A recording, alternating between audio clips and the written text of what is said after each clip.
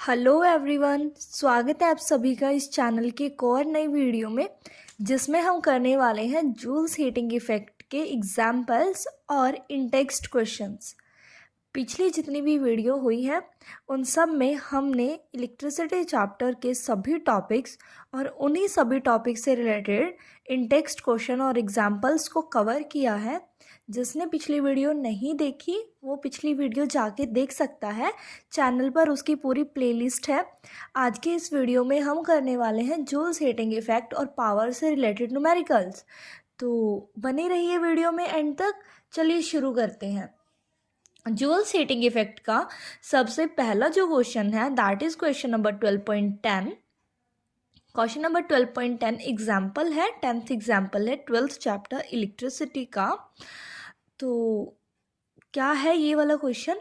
N electric iron, कि आपके पास एक इलेक्ट्रिक आयरन है, कंज्यूम्स एनर्जी, जो कि एनर्जी कंज्यूम करता है at the rate 840 when heating at maximum rate and 360 watt when heating at minimum rate. The voltage is 220 volt. What are the current and the resistance in each case?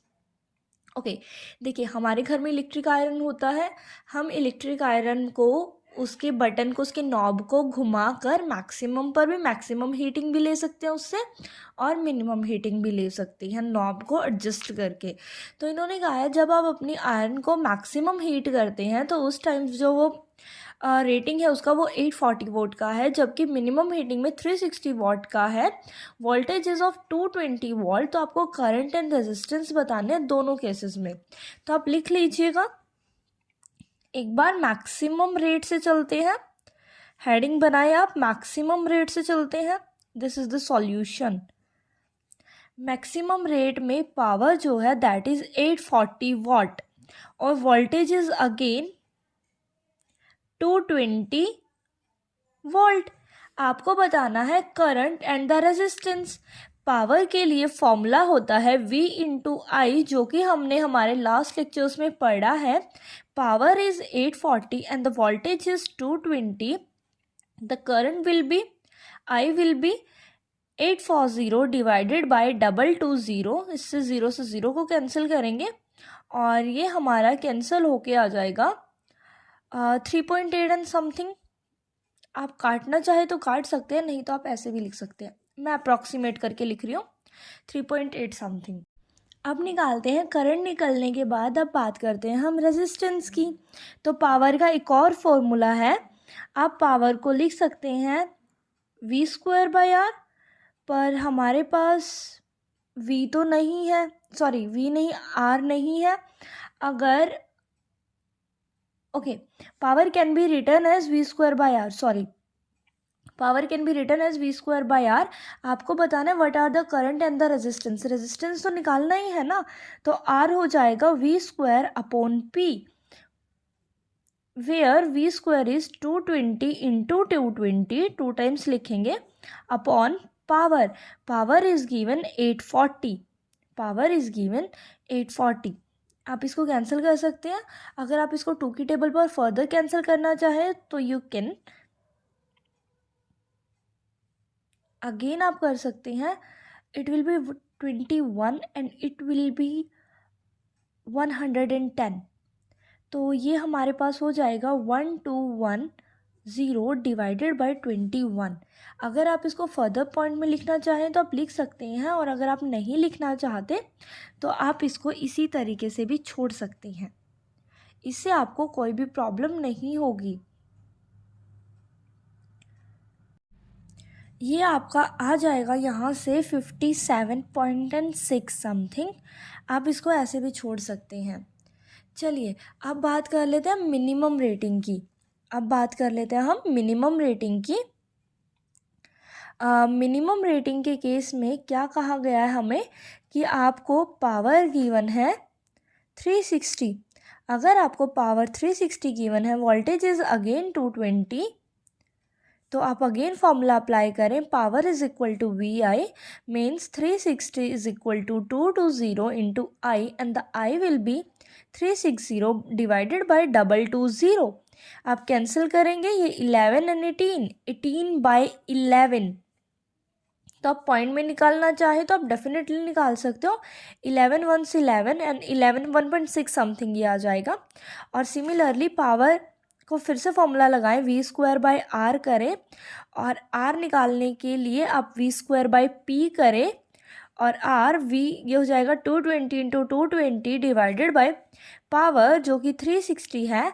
आप इसको cancel कर सकते हैं 2 की table पर, ये 18 और ये 11 इन 10, और फिर जो भी मल्टीप्लाई करके आए ये मैं आपके लिए छोड़ रही हूँ, ये आप कर लीजिएगा। Now let's come to the second question, that is 12.11. 100 joule of heat are produced in each second. The time is, each second means 1 second का आपको टाइम दिया हुआ है। रेजिस्टेंस आपको 4 ओम का दिया हुआ है। आपको पोटेंशियल डिफरेंस बताना है अक्रॉस द रेजिस्टर, आपको V निकालना है और आपको हीट दिया हुआ है 100 ऑफ जूल। 100 ऑफ जूल आपको हीट दिया हुआ है, टाइम आपको 1 सेकेंड दिया हुआ है और रेजिस्टेंस आपको 4 ओम दिया हुआ है। आपको फाइंड पोटेंशियल डिफरेंस मीन्स आपको V फाइंड आउट करना है।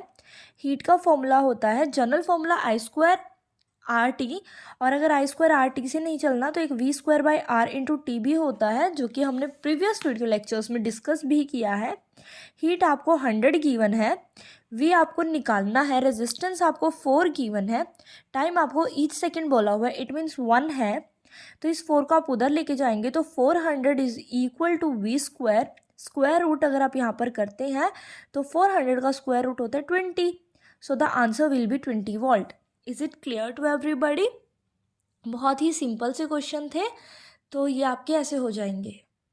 नेक्स्ट हमसे पूछा गया है, why does the cord of the electric heater does not glow while the heating element does.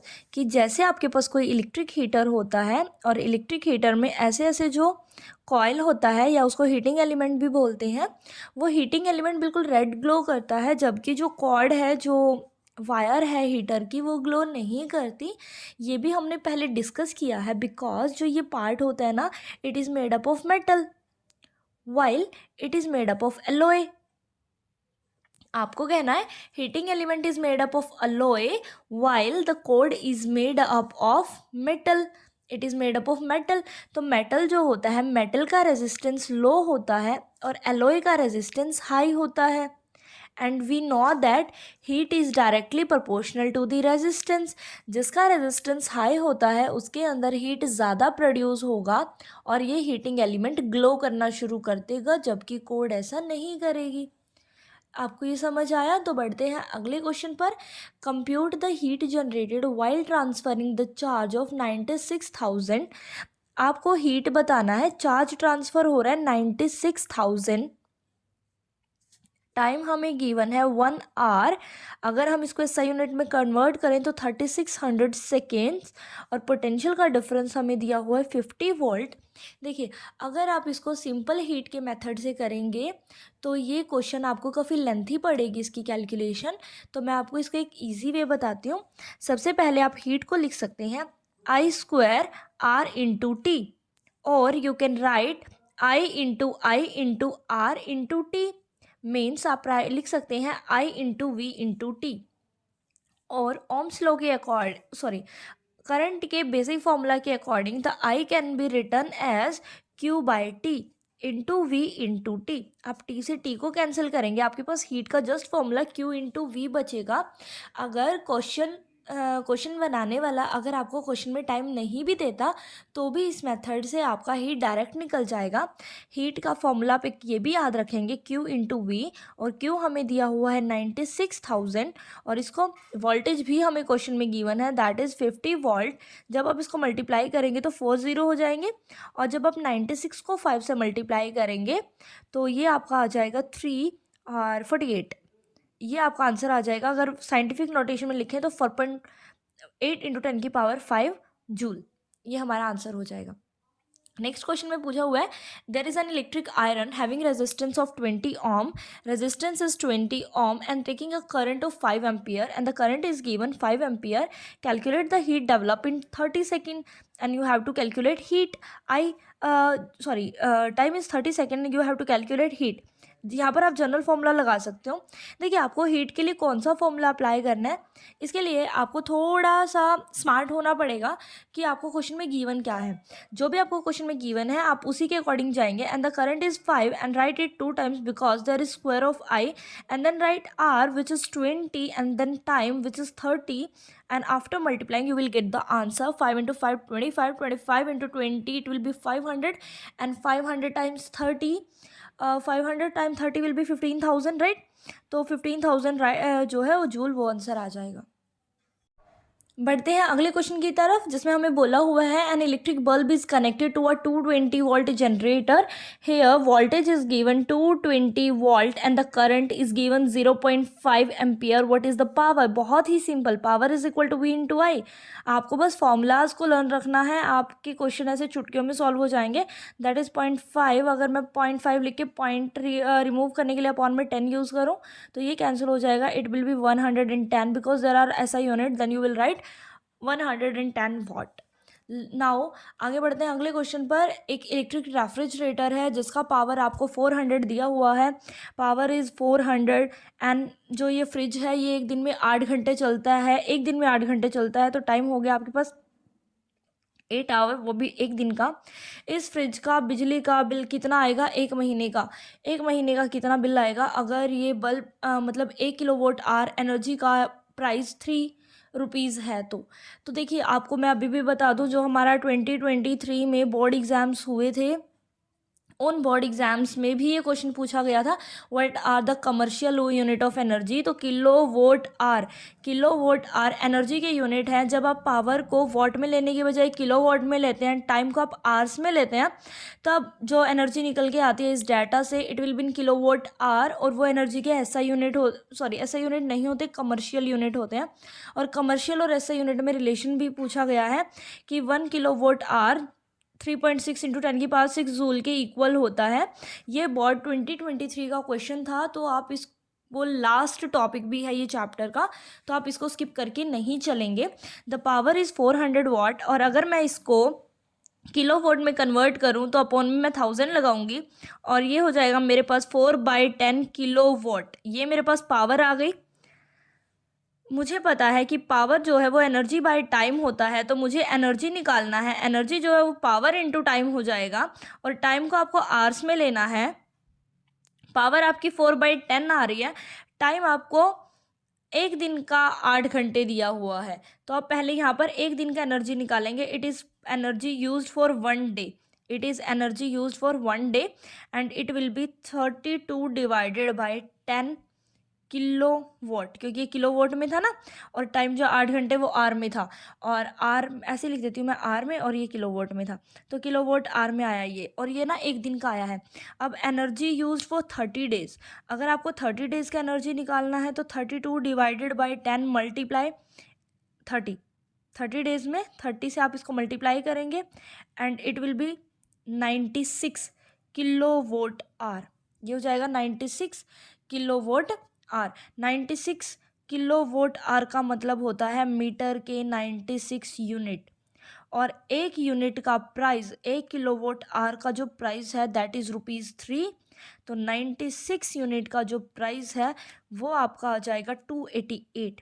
96 multiply 288 rupees आपका जो है वो आ जाएगा आंसर।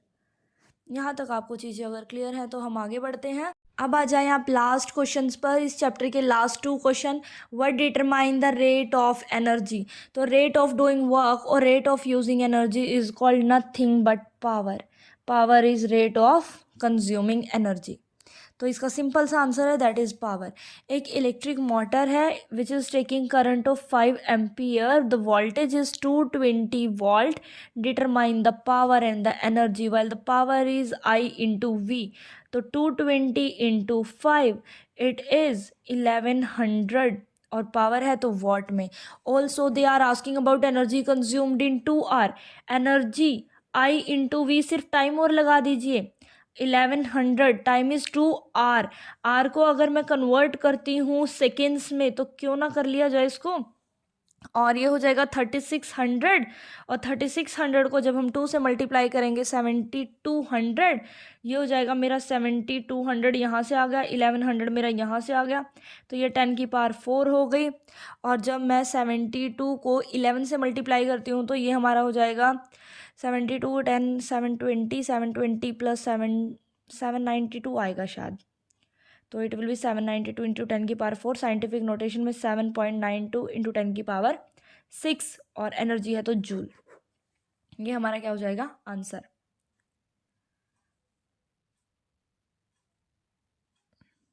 तो ये हो गया हमारा chapter finish along with all examples in text questions and all the topics.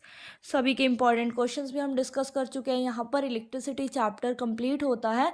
अब अगली 2 वीडियो आएंगे जिसमें हम इलेक्ट्रिसिटी चैप्टर की बैक एक्सरसाइज को करेंगे। So stay tuned and do like and subscribe the channel.